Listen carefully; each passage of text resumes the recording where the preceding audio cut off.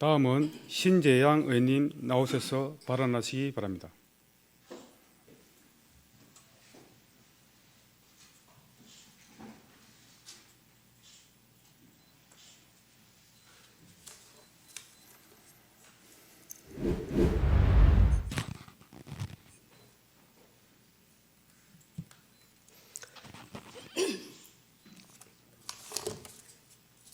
안녕하십니까. 36만 양산 시민 여러분, 나동현 시장님과 집행부 공무원 여러분, 그리고 선배 동료 의원 여러분 반갑습니다. 도시건설위원회 의원 신재양입니다. 2000년 개정된 장애인복지법에 따라 내성마비 장애가 뇌병변 장애와 지체 장애로 분리된 것을 알고 계십니까?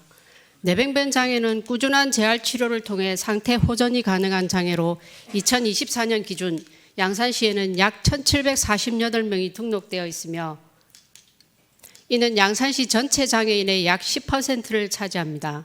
그러나 이들 중 많은 분들이 중증장애 및 만성질환 등 중복장애로 인해 신체적, 정신적 어려움을 겪고 있으며 이러한 어려움은 사회적 편견과 배제 속에서 더욱 심화되고 있는 상황입니다. 이에 본 의원은 양산시 뇌병변 장애인을 위한 실질적인 지원 방안에 대한 제언을 드리고자 이 자리에 섰습니다.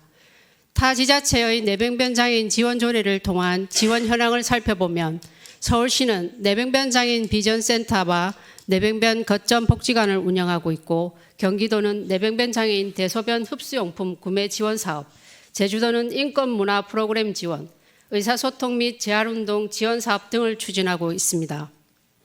또 서울시 마포구 구로구 노원구에서는 평생교육법을 근거로 성인 뇌병변 장애인을 위한 전국 최초의 전용 종합지원시설을 운영하며 학력보완교육, 건강관리, 직업능력 향상교육, 일상생활 수행능력 증진, 소셜미디어 앱 활용능력 증진 등의 다양한 교육을 지원하고 있습니다.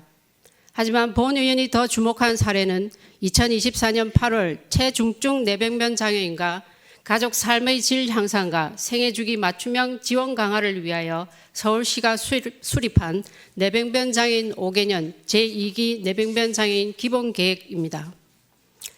서울시는 조례 제정 이전인 2017년 6월 최초 뇌병변 장애인 정책개발 TF팀을 운영을 시작으로 뇌병변 장애인 당사자, 가족, 전문가 등의 적극적인 의견 수렴과 협의를 위한 공론화장을 통해 2020년 뇌병변 장애인 마스터 플랜을 수립하고 추진했으며 이에 이어 2023년 조례 제정 이후 2024년 8월 뇌병변 장애인 생애주기별 맞춤형 지원을 강화하는 5개년 제2기 뇌병변 장애인 기본계획을 수립했습니다.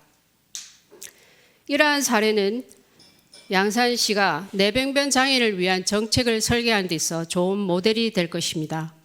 따라서 본 의원은 양산시가 뇌병변 장애인 지원조례 제정에 앞서 보다 체계적이고 구체적인 지원 방안을 모색해야 한다고 생각하며 이를 위해 4가지 제언을 드리겠습니다. 첫째, 생애주기별 건강지원입니다. 생애주기 맞춤형 건강관리 지원 강화를 위해 양산시 뇌병변의 생애주기별 지원정책 수립 방향 연구를 추진해야 하며 이를 통해 맞춤형 의료 서비스와 재활치료 방안을 마련해야 합니다. 둘째, 일상돌봄 지원입니다. 지역사회 서비스 기반이 취약한 뇌병변 장애인의 체계적인 관리를 위해 뇌병변 장애인 거점 복지관을 지정하고 주간 이용 시설을 확충해야 합니다. 셋째, 일상생활 지원입니다.